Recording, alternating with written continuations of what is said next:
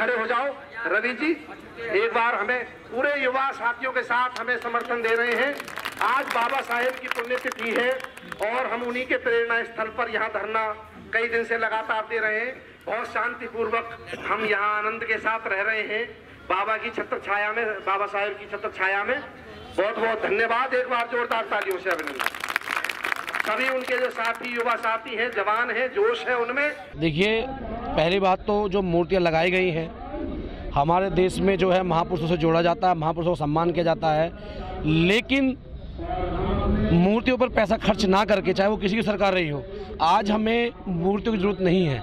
आज हमें कॉलेजों की ज़रूरत है, आज हमें अस्पतालों की ज़रूरत है, आज हमें रोज़गार की ज़रूरत है, आज हमें अच्छे स्वास्थ्य की ज़रूरत है। वो पैसा उसमें लगाया जाए। लेकिन बहरहाल अगर किसी ने लगाया भी है, जैसा आप देख सकते हैं कि आज यहाँ लाखों हज़ारों लोग यहाँ बैठ करके आंदोलन कर रहे हैं।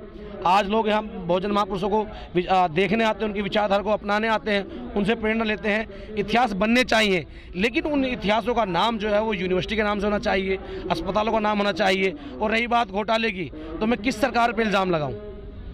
जो सरकार में बैठे हैं वो सुनना नहीं चाहते, जो लोग आवाज़ उठाते हैं उनकी आवाज़ को दबाया जाता है, उनको मार दिया जाता है। तो जितने भी घोटाले हुए हैं वो किसी एक पार्टी के नहीं, वो सरकार पे बैठे उन लोगों ने किए हैं जो देश को आगे बढ़ाना नहीं चाहते। तो जिन्होंने जो मूर्तियाँ लगवाई हैं या जिन्होंने जो पार्क बनवाए हैं वो उनकी विचारधारा वो समझे। लेकिन आज हमें कोई मूर्ति नहीं चाहिए, आज हमें कोई पत्थर का ऐसा विकास नहीं चाहिए। हमें चाहिए तो रोज़गार चाहिए, शिक्षा चाहिए, विकास चाहिए और हमें सुरक्षा चाहिए।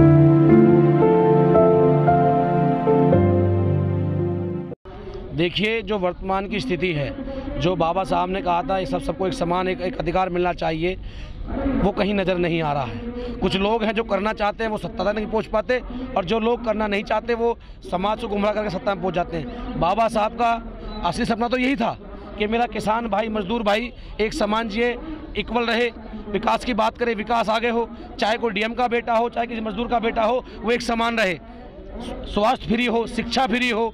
यहाँ पर कभी आज तक हुई ही नहीं। तो बाबा साहब का सिर्फ ये जो है सपना कागजों में पूरा करते हैं, संविधान को सिर्फ इसलिए इस्तेमाल करते हैं अपने लाभ के लिए। लेकिन जब बाबा साहब देश के नागरिकों की बात आती है तो ये भूल जाते हैं। आज वही तो हो रहा है, लगातार 4-4, 5-5 मीटिंगें हो गई, एक भी बात किसान के हक में नहीं आई। तो ये दुरुपयोग नहीं है बाबा साहब की बातों का, संविधान का। इसके हम जो है इसका विरोध करते हैं और हम लोग किसान भाइयों के साथ खड़े हैं। जो मोदी सरकार में मंत्री हैं अनंत हेगड़े साहब, वो कहते हैं कि हम तो संविधान को बदलने आए हैं। देखिए, पहले भी उन्होंने कैसा बयान दिया था, उसके लिए भी युवा सदन में भिन्न भिन्न संगठनों ने आवाज़ उठाई, उनका जो है पुतला फूका, और आज वो फिर इस बात को रिपीट करते हैं। तो उनकी क्या मंजाल है? आप हटाइए ना बॉर्डर पे से किसान पुलिस को, हमारे भाइयों को, हमारे नौजवान साथियों को जो हमारे सेना में भर्ती हैं, बताते हैं ऐसे हैकड़ों कितनी से इनकी अकल ठिकाने हो जाएगी।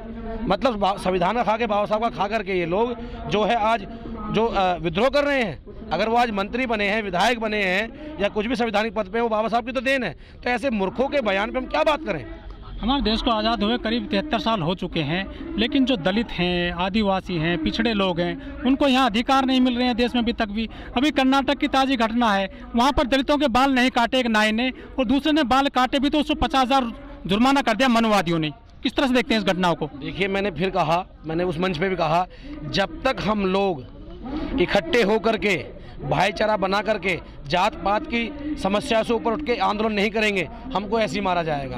अब जो आपने बात बताई कर्नाटक की, कि बताइए अगर तुम किसी भाई का बाल नहीं काटोगे तो कल को वो तुम्हारी समस्या तुम्हारे आंदोलन में आएगा।